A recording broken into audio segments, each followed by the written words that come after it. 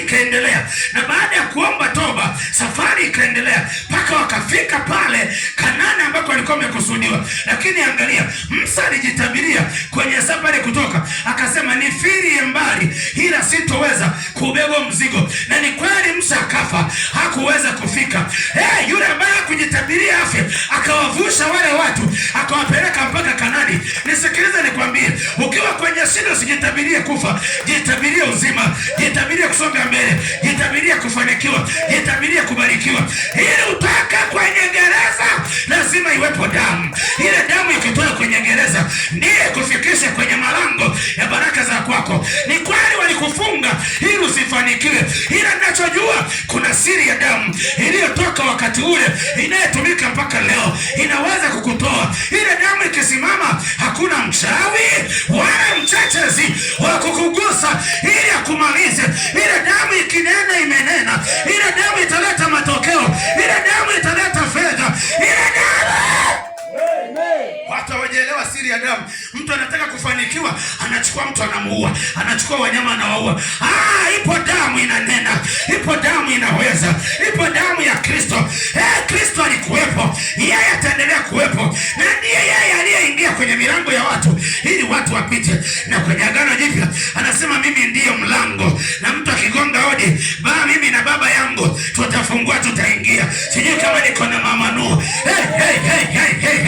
Maandiko nasema ilipakwa ile damu kwenye mlango, kwenye vizingiti vya juu na vya chini, alikuwa ni Yesu. Yeye anasema ni lango, na ule wimbo tunaimba lipo lango, lipo lango, na mbinguni yeye ndiye lango. Na ile damu ilipaka kwenye mlango, kwenye mlango wako wa nyumba ninaipaka hiyo damu, kwenye mlango wako wa moyo ninaipaka hiyo damu, kwenye mlango wako wa mazao ninaipaka hiyo damu, kwenye mlango yako ya baraka, kwenye kiti cha enzi, mahali ambako ndo baraka zinapita, ninaipaka hiyo damu. Hiyo damu ingie kwenye lango la sehemu zako za kupitisha mtoto, kwenye lango la mbinguni, kwenye lango la mafanikio yako, kwenye malango ya watu walio sahihi kuja kwa ajili ya mafanikio yaliyo ya kwako. Kwenye gereza tunaweza kutoka, tunahitaji hiyo damu inene, tutoke kwenye gereza. Sijui kama niko na watu kama wana. Haleluya, haleluya. Waisraeli wakatoka, hawakuweza kutoka bila damu. Na wewe ninakutoa kwenye hilo lango kwa damu ya Yesu Kristo, kwa damu ya mwana kondoo, katika jina la Yesu Kristo. Ninataka niombe kwa ajili yako. Baba, ninakuita kwa ajili ya watoto wako ambao mapatia kibali ili waweze kunisikiliza, ili waweze kubarikiwa. Ninaiachilia hiyo damu kwenye malango, kwenye malango, kwenye malango, kwenye malango yao, ili kuwatoa kwenye lango la gereza lililokuwa nimewafunga, kuwaingiza kwenye lango la baraka zilizo za kwao, kuwaingiza kwenye lango la mahali ambako walikuwa wamefungwa. Ninatangaza katika jina la Yesu, malango yao wakashinde, wakafanikiwe, wafanikiwe tokapo na waingiapo, kwa jina la Yesu Kristo Nazareti aliye hai. Waliokuinda wakumalize, ipo damu ya mwana kondoo isimame kupiganie, isimame na kuvushe, isimame, isimame, ijidhihirishe.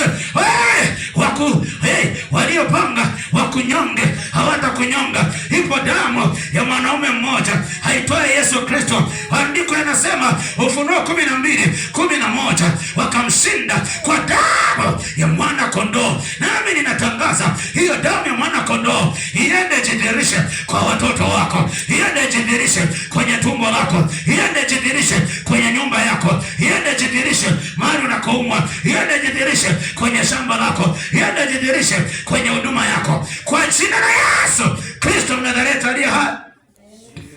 My Lord, simama hapo ulipo.